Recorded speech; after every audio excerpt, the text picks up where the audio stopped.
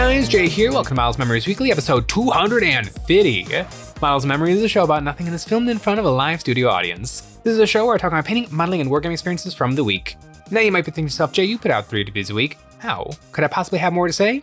Well, I do, and here goes. This week, Games Workshop showed off the models of the year, and they ended the year off right, showing off a brand new Chaos character, probably the most important Chaos character in the pantheon of Chaos. But first, have you ever been looking for hobby goodies? Well, you can find them at EonsOfBattle.com. On our website, we have all kinds of hobby goodies: Army Painter paints, brushes, wet palettes, basing cork, and speaking of basing cork, we have glue, ultra thin and ultra thick super glue.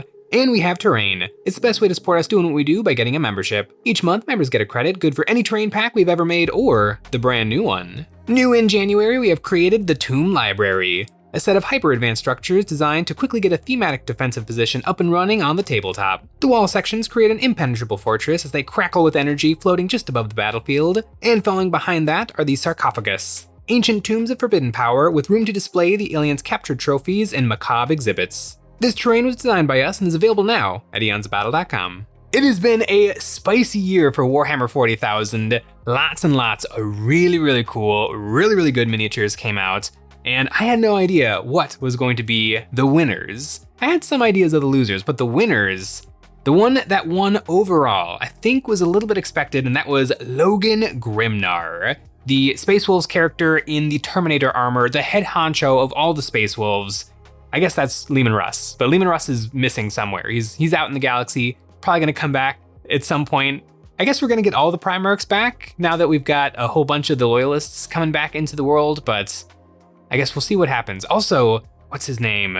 Corvus Corax, the Primarch of the Raven Guard, the Raven. He has actually been spotted in the world recently, and so presumably he's gonna be making a reappearance, and he seems to be very spooky nowadays. But there was a Primarch actually this year, but it was one that we already knew about. The winner, Logan Grimnar, is a pretty cool guy. A really cool miniature, an extra big, beefy guy in Terminator armor with a couple of little wolf friends following behind him. And he actually got another mention in the recent Grotmist detachment, the Saga of the Great Wolf. So in this detachment, it's a little bit like a Gladius for the Space Wolves. You get 3 army abilities that you can use once per turn over the course of the game, but if you take Logan Grimnar, then you can double up on one of those, which is a pretty solid ability. It does a little bit force you to play him in that detachment, but it is Logan Grimnar, so if you're a Space Wolves player, you're probably gonna wanna take Logan Grimnar. He's pretty darn cool. But it's interesting that the model of the year was shown off in that article, and then also in the Grotmist, we got a little bit extra Logan Grimnar goodness. And speaking of getting a little extra goodness, the runner-up for first place was Fulgrim, the Snick Boy. He has hit the scene and is just kind of okay in terms of his rules. I think that he's pretty darn good, and he's not good enough that like he's always worth his 340 points, but I think that that's fine because if he was actually really worth it for 340 points, you'd probably take him every time, and I don't want to fight a Primarch, a demon Primarch every single time. That would be very obnoxious. Although speaking of obnoxious, in the new Grotmist detachment, Court of the Phoenician, which is a new Emperor's Children detachment, it specifically buffs Fulgrim, which is kind of interesting that they didn't just edit Fulgrim's data sheet, they actually wrote a whole new detachment to give him certain buffs. But this detachment does look pretty spicy. Court of the Phoenician. In this detachment, the army ability is, if you have charged this turn, you get +1 to your armor penetration and +1 to your strength on your melee weapons, which is a really solid ability, especially in Emperor's Children, where all they want to do is charge and fight. Getting +1 to everything, especially AP, is really good. I think a few different things have AP2, so going from AP2 to AP3 makes a very good weapon almost a sure thing. And I think it punches Fulgrim's weapons up to AP -4. I think he's 6 attacks, hitting on 2s, strength 14, so now strength 15, AP -4, damage D6 +1. So he couldn't quite knock out an entire Vicatrix Honor Guard in one turn, but he could come pretty darn close. and he could come even closer with the other weird thing about this detachment. I mentioned that this detachment is specific for Fulgrim, and there's a little addendum at the bottom of the page that says, if your army has Fulgrim, Fulgrim can use 2 of the stratagems for -1 AP. One of those is Prideful Superiority, which lets you pick one of your guys, and if they're attacking a character in close combat, they can have reroll hits and reroll wounds for 2 CP. That is a remarkable ability. That is incredibly strong. It costs 2 CP for everyone but Fulgrim. It's kind of worth it. Thank goodness that they not give Fulgrim on his data sheet full rerolls. That would be absolutely ridiculous. Paying 1 CP for Fulgrim to do it is still a little ridiculous. He's almost guaranteed to kill like any character in one go. Could he 1v1 Magnus or Mortarion? Probably not, but it'd be D6 +1 damage. If you spike just a little bit. It would be tough for him to take down another Demon Primarch in one go, but it's definitely possible. I do kind of like this. 2 CP is a lot. It is a lot. But having, not a Lord Cacophonist, a Lord Exultant on his pop-off turn, getting full rerolls with his 8 Power Fist punches is actually kind of crazy. You might be able to find the 2 CP to make that happen so that he can absolutely just deck a squad, because most of the things that you're going to want to throw him into would be a character squad, because there'd be an attached leader to a group of probably like pretty good Space Marine equivalents. It is a really interesting ability, and I actually think, like when I first read the detachment, I thought that it was just a really weird way to buff Fulgrim, but actually I think most of these stratagems do a really good job of super buffing Fulgrim, but also being a really good tool for the rest of the force. The other stratagem, Sinuous Breach. This one is kind of funny.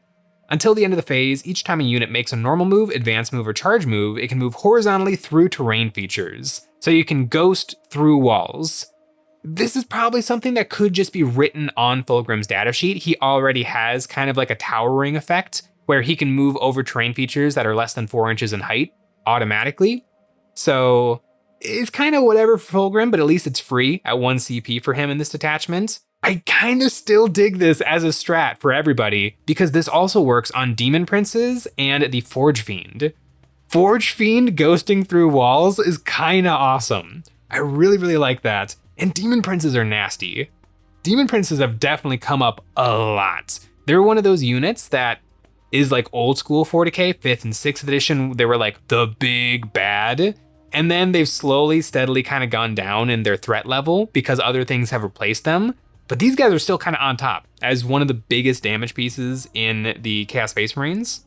So I actually really like this detachment. And it's fun that Games Workshop has given a little more attention to some of the units that they came out with this year. It kind of reminds me of what they did to my Black Templar guys. In the last balanced data slate, I want to read it, I want to get the quote correct. Black Templars, we have made some initial balance adjustments targeting some of the most taken units with points increases on the Repulsor Executioner and Castellan and the Emperor's Champion, while giving additional incentive for players to take 2 of the new fantastic kits for Black Templars in the Crusade Ancient and Execrator.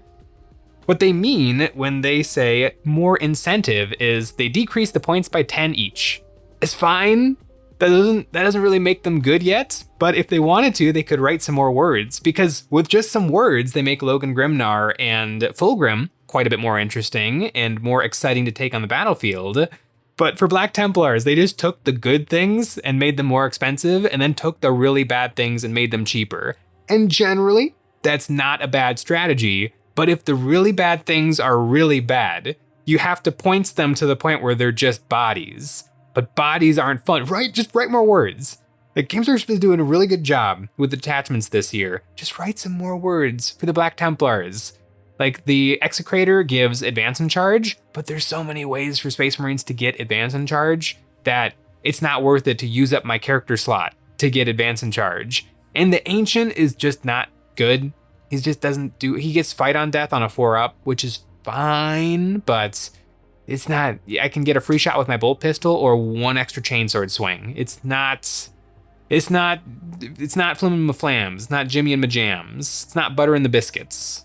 I'm definitely not salty about Space Marines, but in third place we had Ethan Sean, which is probably the coolest Space Marine to come out since Mephisto for the Blood Angels.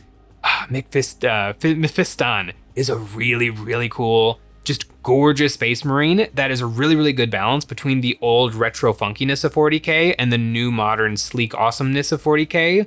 I love that mini, and Ethan Sean is right up there. He's a really weird Space Marine, but he's so cool looking, and went up 25 points in the latest balanced data slate, which was probably not deserved. He's got too many rules. Like, one of his rules is a little bit busted that helps out his army. I think he actually kicks Kayvon Shrike into being a generic captain, and then you can attach him to things, which it's weird. You can. I just said that you should write more words for things, but maybe a little less words, or maybe just target some of the words instead of hitting them super hard in the points. Then in fourth place, we had Liqerise from the Eldar. Liqerise is really, really cool. Warp Spiders are really, really cool. They have, I don't remember what it's called for Eldar, but they have the orc Da Jump, where they can just teleport like across the battlefield. It's really, really fun. I think Liqerise also went up in the latest balanced data slate. I don't think all of the new models for sure not all of the new models that came out this year are overpowered, but a couple of them have been. Overpowered models on release, there's a certain level of fun to it because you really get to see what they can do, and they really leave an impression on the tabletop and in like gamers' heads, which kind of helps to begin their story. Like, what are the robots that came out this year for the Thousand Suns? Those guys have left no impression because they're not very good. And so nobody's really been taking them. But maybe one day, Games Workshop will write the right words that will start to let those guys pop off and have a fun history in 40k. In fifth place for Model of the Year 2025 was Lord Marshall Dreer, everyone's new favorite Lord Solar Leontis proxy. This guy is really, really cool. The Death Corps of Krieg are exceptional. All of those miniatures look absolutely incredible. I don't want a guard army, but I do want the Krieg heavy weapon team because they can take the mega flamethrowers. They're just so good, and you can get AP-2 on those flamethrowers if you're taking the right detachments. Like dropping down, super flaming something, and then like hanging around for Overwatch in the following turn. Like, they're just really good. I like the weird, like, suicidal units. It really, really makes me chuckle. And I think Lord Marshall Dreer is a fine choice for fifth place. Could he beat out anybody else?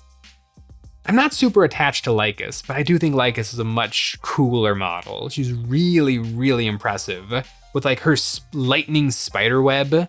It's a really, really nice mini. All in all, this year was incredibly solid for the Black Templars, for Warhammer 40,000. It was still actually a pretty good year for Black Templars because Righteous Crusade in the Index days was pretty solid. We got nerfed several times for very good reason. Then our Codex came out and the wind kind of came out of our sails, but for a short time, we were the golden child of the Space Marine range. But speaking of the Space Marine range, the Chaos Space Marine range got hit with a little Christmas present, and that is Huron Blackheart, the hashtag not Abaddon. This guy, Huron Blackheart, I feel like he's not that well known in 40k, or he's Abaddon the Despoiler is the head honcho of Chaos. He is the ultimate evil, the failure of 12 Black Crusades, old Abaddon the Armless because he used to be made out of metal and the arms would never stay attached. Like, he is the poster child for Chaos, but he's not that cool.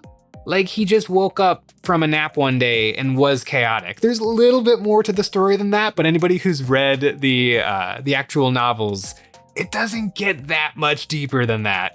He's just kind of a bad dude. Huron Blackheart is an invention of the Imperium. Like, the Imperium always creates its biggest threats, and Huron Blackheart is the coolest example of that. If you've ever heard of the Bad Ab War, he is the Bad Ab War. Wow, what was he? He was the chapter master of, it was a star being gripped by a claw, the Astral Lions? He was the captain of a loyalist space marine group. And he was in charge of defending the Maelstrom, which was like a rift in space that Chaos loved to slither out of. And this was a horrible position, not a fun job, constant warfare. but he did it like to a T. He was so good at it. He made sure that nothing ever managed to escape. He fought so hard that he had them on the ropes. He requested more aid from the Imperium because he saw an opportunity to actually essentially defeat the Maelstrom. Like, he is the coolest Space Marine to ever live. And the Imperium said, no. By the way, your tides are going up. And Huron Blackheart, just feeling so betrayed, decided, screw it, I'm gonna do it on my own. And so he started to make more and more and more Space Marines to get up to Legion strength so he could properly defeat the Maelstrom. And then the Imperium showed up to kill him. And so then after fighting off the Imperium, and he had some help from other chapters like the Lamenters, who ended up almost getting curb stomped because they slightly sided with the heretical Huron Blackhearts. Like, after all of this, he ended up escaping into the Maelstrom and became Huron Blackheart. He got like half of Chaos to join his side, and he is now one of the biggest threats to the Imperium. And all they had to do was show him just a little bit of respect, and they wouldn't do it. And that's how they created one of the most powerful forces working against the Imperium. It's a really, really cool story, and it's so much more interesting than Abaddon. And so it's kind of funny that this guy kind of literally is the red version of Abaddon, but in his story, he's so much cooler. If anyone has read the Night Lords trilogy, you actually get to meet both of these characters. You get to meet Abaddon and Huron, and the different characterization that the book gives for these two characters, like, really, really demonstrates that at least the authors also agree that Abaddon kind of stinks and Huron is awesome. I really, really like this guy. The miniature looks absolutely phenomenal. An incredible glow up from his old mini. The face. His face is something. Some of the lore of Huron is that at the end of the Badab War, he got hit really bad with a Melt-a-Blast, which like cut him in half. And so half of him had to be rebuilt with cybernetics. His face looks like the dumb, strong character in every work of fiction. He doesn't look like a stoic, powerful guy. Now, in Games Workshop's defense, the Warhammer range already has about 100 too many stoic baldies. So I'm glad that he doesn't just have a generic face. But I don't know, I'd have to see this face in person to know if it looks as silly as it seems to look in the artwork.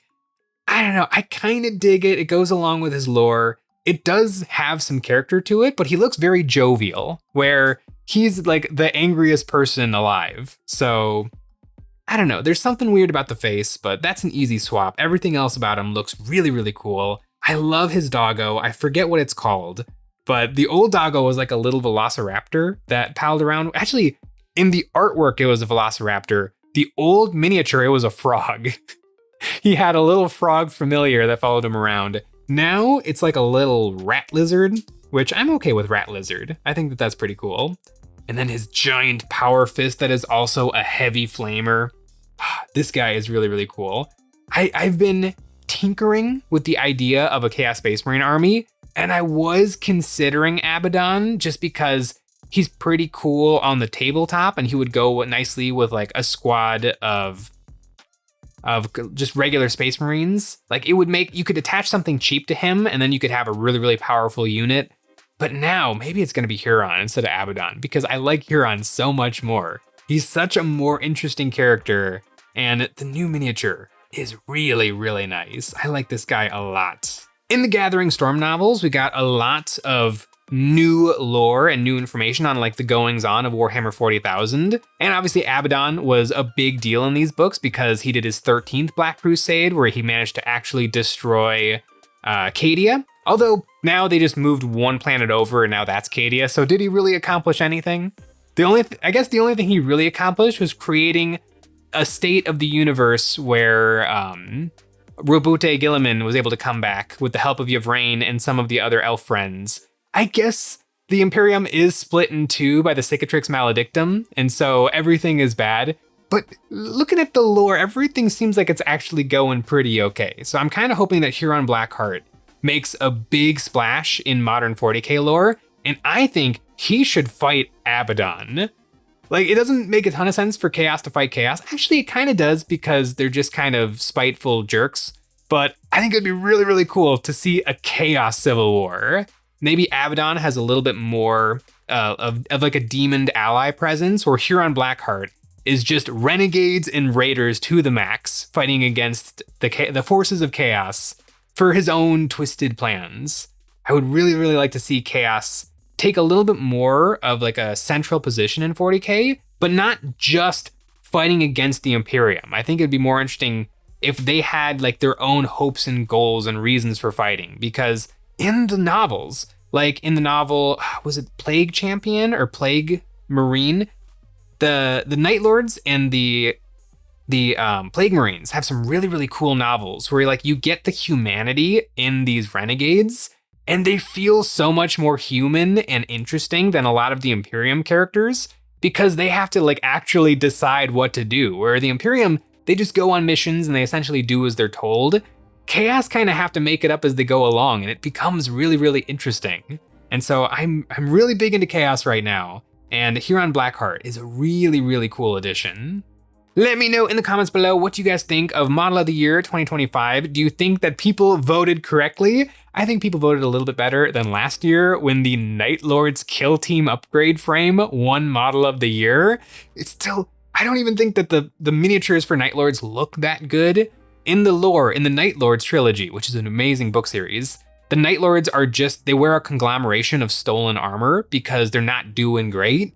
Where the miniatures, like they have these little Batman like ear wings, and they're pretty well put together. And I still don't know how well the lightning bolts across the armor really works in the Chaos Space Marine range. I don't know, they're fine. But this year, I agree with all of the selections. I think some really, really cool miniatures got picked. And Huron Blackheart making his reappearance in Warhammer 40,000 proper is really, really cool. The only downside, because I think Huron is a really cool character, the only downside is red Chaos Space Marines, I feel like, are very, very boring. I've painted one, I've painted a lot of red armor, and it's just kind of a pain in the butt to do, and I feel like it's not the most exciting color scheme, but it is Chaos, so you still do sort of have the option to do whatever you want. And he very specifically is the champion of renegades, so you could paint whatever you wanted and have it all fit in nicely. Also, Huron Blackheart loves Chaos Space Marine bikers. So is Huron Blackheart showing up again, pointing at new Chaos Space Marine bikes? Because that would be really cool. They might be one of the oldest plastic kits that Games Workshop still makes, so it would make a lot of sense for Chaos bikers to come back. And I've put together so many Space Marine bikes. I could maybe do some Chaos bikes. Ooh. Now I'm cooking. Thanks for watching.